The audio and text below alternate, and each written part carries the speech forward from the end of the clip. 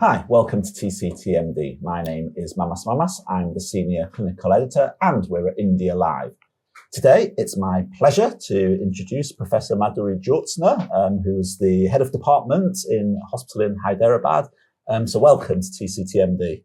Thank you. Thank you very much for this opportunity. I work in a government institution and it is a teaching institution as well. It is in the South India. And thank you for this interview.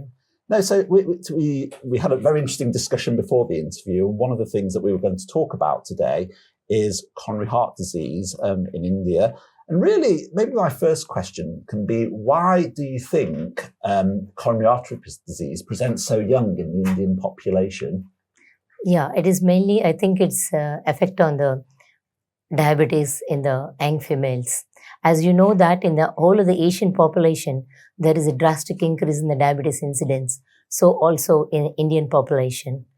I can't say whether it is really because of the food habits or the genetic, definitely it is not. And it has become so frequent now, 13% of the people are suffering with diabetes, more so of the young people. That is causing a much more the increased incidence of the coronary artery disease. And second one is unawareness of the illness. So that's the reason why it is progressing very faster than occurring as well as in occurring in the earlier age group. And in India, I mean, I guess, given the huge prevalence of coronary heart disease, do you have national screening programs or regional screening programs for detection of this early? Yeah, we not yet started having a screening programs. To do the community-based studies itself, we are not yet tuned completely. So each and every incidence of the case, like increase in incidence of diabetes, we will talk in a particular regions. Like in the Chandigarh has conducted one of the regional studies, so we quote that much more frequently. But that may not be really representing from the North Indian population to the South Indian population. So we don't have the extensive epidemiological studies itself to know about the exact incidence of the diseases. So unless we know about that, for the government or anyone, even a non-governmental institutions who support the disease treatments or the disease diagnosis, screening programs becomes a little bit difficult. So first we should know those national programs at the different areas to know the disease prevalence. And then, yes, as you said, the screening programs are important. But as such, from the institutions and the different areas, we have the screening programs, like a institutional based screening programs. Yes. Almost each and every hospital runs about it. Okay. I mean, I guess, we've talked about regional differences and some of the institutional differences. Clearly, there's going to be differences even in the presence of institutions between rural and urban areas. I mean, what are the sort of challenges that you see in practice, particularly in managing patients from rural areas that don't have access to these institutions? That's true. That is one of the major point of discussion in an Indian population. Nowadays, the rural people also are the well-educated and they are aware of the diseases. But the major problem is they are so settled at the rural area, they don't want to come to the urban areas just for the treatment unless it becomes acute condition. So once it becomes an acute cardiac condition, it becomes transportation becomes a problem. Of course, there are some STMI from India. There are some other associate organizations are trying to send spoke and peripheral centers a trial. But I think less than 10% of the Indian population are included in them and really getting the benefit out of it. But I appreciate both state and central governments because they have schemes for the poor people once they come to the center or even in the periphery to have the thrombolysis and the transportation to the other areas, they are facilitating it now. I mean, you talk about the national schemes, particularly about provision of healthcare to people that perhaps don't have the financial means to be able to pay. But even with those systems in place, do you see a difference in the quality of care between public hospitals versus private hospitals in India? Yes. The major drawback for the institutional basis versus the private sectors are what I feel. It may not be the true if your private sector person talks, because I am from the government sector. So what we get the cases is usually complicated cases. We get it. We is refused by the periphery people or the people who are the complicated and not to be managed because it's either expenditure is more or the hospital stay is going to be the more.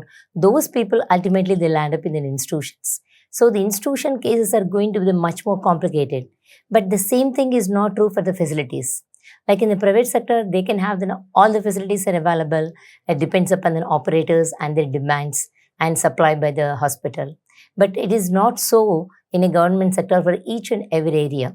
A majority of the teaching institutions, nowadays, they are saying that all the facilities are available. For suppose in the coronary artery disease itself, like having imaging is becoming one of the important procedures even in all the government institutions nowadays. But about if I talk about 5 years back or 6 years back, those facilities are not available. The same thing. So we see the complicated cases, but with the limited resources, we had to treat them. I mean, you were and are an interventional cardiologist. Often, I guess, in your decision making when it comes to time for revascularization in patients with stable coronary artery disease, I mean, we know that there are trials that guide this practice. Whether they're applicable to the Indian population, is unclear. What are the factors that drive your decision making? Is financial an important part of that decision making? That is one of the component, and simultaneously we have the religious and beliefs. Okay. So that is also an important. The financial is one of the determinant factor, especially if it comes to the female population. Okay. Male population, they think that anyway, he is the bread and butter of the family, so they don't mind in spending the amount of the money, whatever they have. But for the same thing is not true for the female. Not that only the finances are the less for them, even though she is a working female. Still, she feels that more responsibility of giving to the importance to the husband than to the female. That is one of the features in here. And second one is Indian population, the religious features are very, very high. Many people after 60 plus, they consider that the life is, they're not certain about the age group and how long they're going to survive. So they want to go for the medical management, not to have the full investigations, not to have the complete treatment. Of course, in the past decade, there is a change in the attitude, and nowadays they are considering 70 and 80 years. Also, they are going for the treatment. But if you see the treatment-wise, like the TAVI is done in the 80 plus in the Western population. But here, actually, the TAVI incidence, when you're seeing the most of the 65, 67, 68. So for you people, it is a younger age group. For us, it is an older age group. So they are accepting is an okay, but really the 80 plus, none of the people will come here for the treatment for that.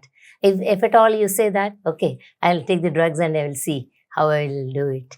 I mean, you touched on women's cardiovascular health, and I know that you've done a huge amount personally in both increasing diversity within the field of cardiology, but also being a very strong proponent of women's cardiovascular health as a president of WinCars for 16 years. Where do you think the main limitation in getting equitable access for women in cardiovascular health is in India? What's the barriers? The barrier is by female itself. She doesn't realizes that she has a heart disease, has to come for the treatment.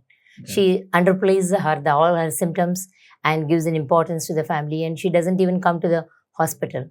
Once she comes to the hospital, even with the MI, the late presentations and everything, recently we have a Shakti Enclave where we discussed about 20 minutes late presentation for the females, in educated females, in a center who is in the middle of India, that is from Chennai.